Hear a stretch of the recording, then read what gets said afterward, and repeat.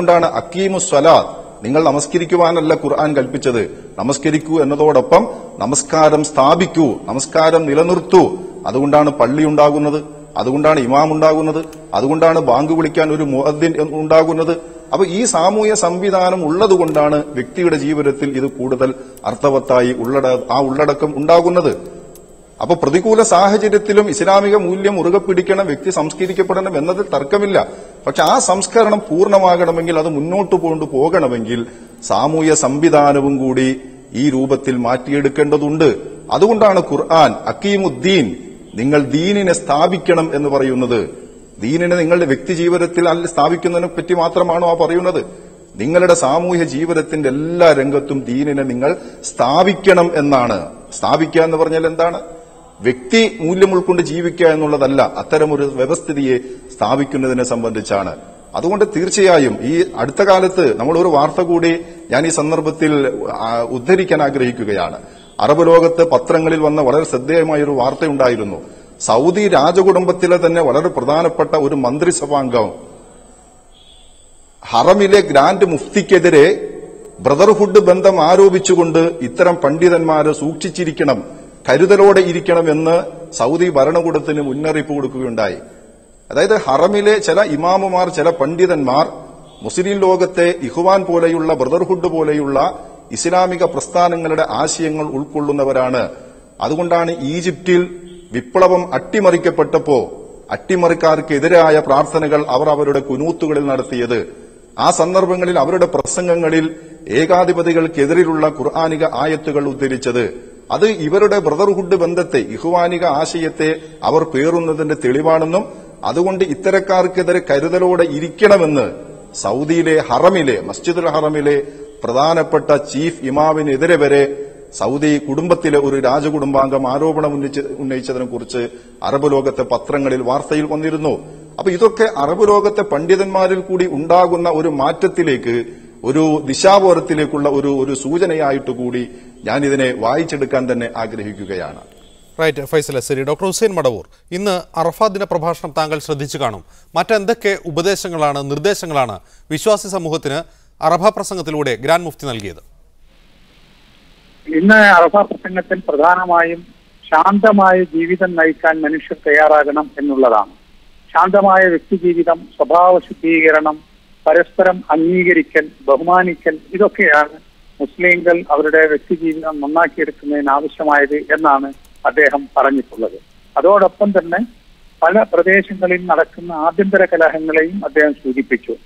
ലിബിയയിലെയും യമനിലെയും അതുപോലെ ഇറാഖിലെയും ഒക്കെ ചില ആഭ്യന്തര കലഹങ്ങളെയും രക്തച്ചൊരിക്കലുകളെയും ഒക്കെ അദ്ദേഹം സൂചിപ്പിക്കുകയും അവിടെ നടക്കുന്ന ഈ കുഴപ്പങ്ങളും പ്രശ്നങ്ങളും ഇല്ലാതാകുവാൻ വേണ്ടി അദ്ദേഹം പ്രാർത്ഥിക്കുകയും ചെയ്തു. അതിനും പുറമെ അദ്ദേഹം ഊന്നൽ കൊടുത്ത ഒരു കാര്യം, മനുഷ്യരിൽ കുറഞ്ഞു വരുന്ന ദൈവഭക്തിയും വിശ്വാസവും അത് ശ്രദ്ധിക്കണമെന്നും ആളുകളിൽ കൂടുതൽ കൂടുതൽ സ്വഭാവശുദ്ധിയും വിശ്വാസവും അള്ളാഹുവിനെ കുറിച്ചുള്ള ബോധവും വളർത്തിയെടുക്കുവാൻ ശ്രദ്ധിക്കണമെന്നും അദ്ദേഹം ആവശ്യപ്പെടുകയുണ്ടായി. അതിനും പുറമെ അതോടൊപ്പം അദ്ദേഹം പറഞ്ഞിട്ടുള്ള മറ്റു ചില കാര്യങ്ങൾ മനുഷ്യാവകാശങ്ങളാണ്.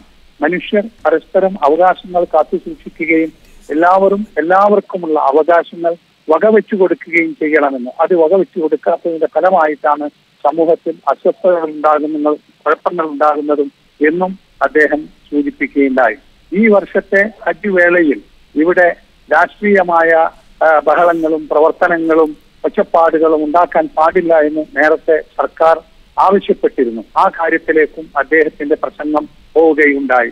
ഹജ്ജ് വേള ആരാധനയ്ക്ക് വേണ്ടിയാണെന്നും പ്രാർത്ഥനയ്ക്ക് വേണ്ടിയാണെന്നും അതോടൊപ്പം അള്ളാഹുവിനോട് അടുക്കുവാൻ വേണ്ടിയുള്ള അപൂർവമായ ഒരു സമയമാണിതെന്നും ഈ സമയം രാഷ്ട്രീയ കോലാഹലങ്ങളും അഭിപ്രായ വ്യത്യാസങ്ങളും പ്രകടനങ്ങളും ബഹളങ്ങളുമായി നശിപ്പിച്ചു കളയരുത് എന്ന് മുഫ്തി അദ്ദേഹത്തിന്റെ പ്രഭാഷണത്തിൽ ദയവായി തുടരുക. ഓടമ്പള്ളി മുഹമ്മദ് ഫൈസി, അറഫ ഒരു പ്രതീകമാണ്, അല്ലെങ്കിൽ ലോകത്തുള്ള മുഴുവൻ വിശ്വാസി സമൂഹവും ഒരേ വസ്ത്രത്തിൽ, ഒരേ ലക്ഷ്യത്തോടെ, ഒരേ മനസ്സോടെ ഭൂമിയിലെ ഒരു ഭാഗത്ത് സംഗമിക്കുന്നു.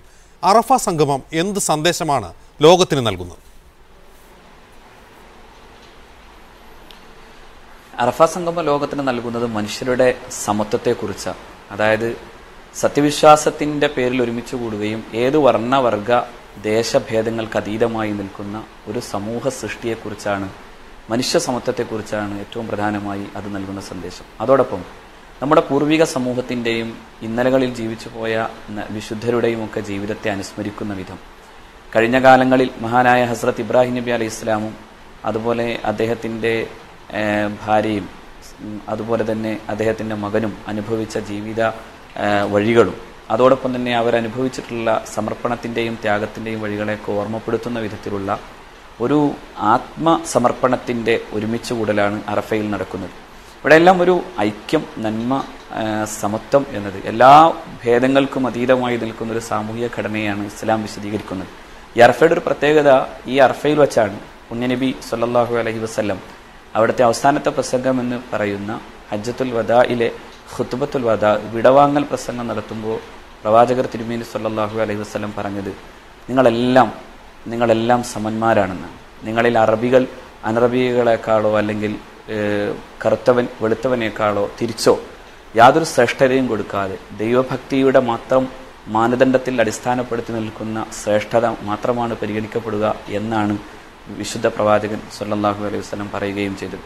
ഞാനിവിടെ പറയാൻ ഉദ്ദേശിച്ച മറ്റൊരു കാര്യം എന്താ വെച്ചാൽ, ഇവിടെ ഗ്രാൻഡ് മുഫ്തിയുടെ ഈ ഒരൊറ്റ പ്രഖ്യാപനത്തെ മറ്റൊരു വ്യാഖ്യാനങ്ങളിലേക്ക് കൊണ്ടുപോകുന്നത് ഒരു ബഹുസ്വര സാമൂഹിക ഘടനയിൽ അപ്പോൾ വ്യക്തി ശുദ്ധമായി ജീവിക്കുകയും അദ്ദേഹം സാമൂഹിക ഇടപെടലുകളിൽ, രാഷ്ട്രീയ ഇടപെടലുകളിലൊക്കെ വിശുദ്ധമായൊരു ജീവിതം മാതൃകയാക്കുകയും ചെയ്യാൻ കഴിയാതെ പോകുമെന്നൊരു സൂചന ഈ ഇഖാമത്തുദ്ദീൻ എന്ന വളരെ അപകടകരമായ അർത്ഥത്തിലേക്ക് ഇതിനെ വ്യാഖ്യാനിക്കുമ്പോൾ ഉണ്ടാകുന്നുണ്ടോ എന്നതിനെക്കുറിച്ച് വളരെ വിവേകപൂർവ്വം ചിന്തിക്കേണ്ടതുണ്ട്. കാരണം ഒരു ബഹുസ്വര സാമൂഹിക ഘടനകൾ നിലനിൽക്കുന്ന ലോകത്തെ വിവിധ രാജ്യങ്ങളിൽ ജീവിക്കുന്നവരാണ് മുസ്ലിങ്ങൾ. അവിടെ എല്ലാം ഈ സാമൂഹിക ജീവിതത്തെ മുഴുവൻ അട്ടിമറിക്കണമെന്ന് തോന്നിപ്പോകുന്ന തരത്തിലുള്ള പ്രസ്താവനകളോ വർത്തമാനങ്ങളോ അഭികാമ്യമാവില്ല എന്നുകൂടിയാണ്.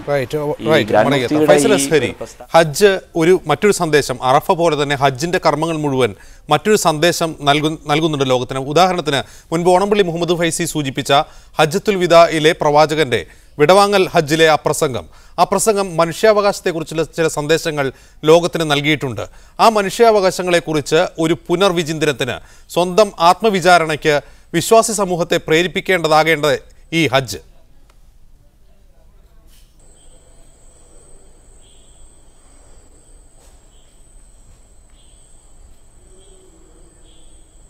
ഫൈസൽ അസരി. ഹലോ, എന്നോടാണ്. ഹലോ, ചോദ്യം ഒന്നുകൂടെ ആവർത്തിക്കൂ. ഹജ്ജത്തുൽ വിദായിലെ പ്രസംഗത്തിൽ, പ്രവാചകൻ നടത്തിയ പ്രസംഗത്തിൽ മനുഷ്യാവകാശങ്ങളെക്കുറിച്ചുള്ള നിരവധി സൂചനകൾ, നിരവധി പ്രഖ്യാപനങ്ങളുണ്ട്. യഥാർത്ഥത്തിൽ ഹജ്ജിൽ ഏർപ്പെടുന്ന വിശ്വാസി സമൂഹം മനുഷ്യാവകാശങ്ങളെക്കുറിച്ചുള്ള ഒരു ആത്മവിചാരണയ്ക്ക് കൂടി സമയം കണ്ടെത്തേണ്ടതില്ലേ? തീർച്ചയായും. ഹറമും അറഫയും ഒക്കെ നൽകുന്ന ഏറ്റവും വലിയ സന്ദേശമെന്ന് പറയുന്നത് മനുഷ്യാവകാശത്തിന്റെ പവിത്രത തന്നെയാണ്. പ്രവാചകൻ അദ്ദേഹത്തിന്റെ ചരിത്രപ്രസിദ്ധമായ അറഫ പ്രസംഗത്തിൽ ഊന്നിപ്പറഞ്ഞത് മനുഷ്യ ജീവന്റെ പവിത്രതയെക്കുറിച്ചാണ്, മനുഷ്യന്റെ സമ്പത്തിന്റെ പവിത്രതയെക്കുറിച്ചാണ്, അവന്റെ അഭിമാനത്തിന്റെ പവിത്രതയെക്കുറിച്ചാണ്. നിങ്ങളുടെ ഈ മണ്ണ്, അറഫ എന്ന ഈ വിശുദ്ധ ഭൂമിയും ഈ ഹറമും ഈ ദിവസവും ഈ മാസവും എത്രമാത്രം പവിത്രമാണോ അതേപോലെ തന്നെ നിങ്ങളുടെ ജീവനും സ്വത്തും അഭിമാനവും പവിത്രമാണ്. അത് പരസ്പരം സംരക്ഷിക്കപ്പെടേണ്ടതാണ് എന്ന് പ്രവാചകൻ അദ്ദേഹത്തിന്റെ അറഫ പ്രസംഗത്തിൽ ഊന്നിപ്പറഞ്ഞു. വിശുദ്ധ ഖുർആൻ ജീവന്റെ പവിത്രതയെക്കുറിച്ച് കുറെ കൂടി മുന്നോട്ട് കടന്നു പറഞ്ഞു. ആരെങ്കിലും ഒരു മനുഷ്യജീവനെ അന്യായമായി കൊന്നാൽ, അന്യായമായി ഒരു ജീവനെ ഇല്ലാതാക്കിയാൽ ഫകഅന്നമാ ഖതലന്നാസ ജമീഅ, അവൻ ലോകത്തെ മുഴുവൻ മനുഷ്യരെയും കൊന്നവനെ പോലെയാണ്. ആരെങ്കിലും ഒരു മനുഷ്യന് ജീവിതം കൊടുത്താൽ ഫകഅന്നമാ അഹിയന്നാസ ജമീഅ, അവൻ ലോകത്തെ മുഴുവൻ മനുഷ്യർക്കും ജീവൻ നൽകി ജീവിതം കൊടുത്തവനെ പോലെയാണ്. അപ്പോൾ ഒരു മനുഷ്യന്റെ ജീവന് ലോകത്തെ മുഴുവൻ മനുഷ്യരുടെയും ജീവിതത്തിന് തുല്യമായ പവിത്രത കൽപ്പിച്ച ഒരു ദർശനത്തിന്റെ പ്രവാചകൻ തന്റെ ജീവിതത്തിന്റെ അവസാന സന്ദർഭത്തിലും ജീവന്റെ പവിത്രതയെപ്പറ്റി സമയക്കുറവ് മൂലം ഇടപെടുകയാണ്. വളരെയധികം നന്ദി അതിഥികൾക്ക്. ഫൈസൽ അസ്ഹരി, ഓണംപള്ളി മുഹമ്മദ് ഫൈസി, ഡോക്ടർ ഹുസൈൻ മടവൂർ ഈ ചർച്ചയിൽ പങ്കെടുത്തതിന് പ്രതികരിച്ചത്.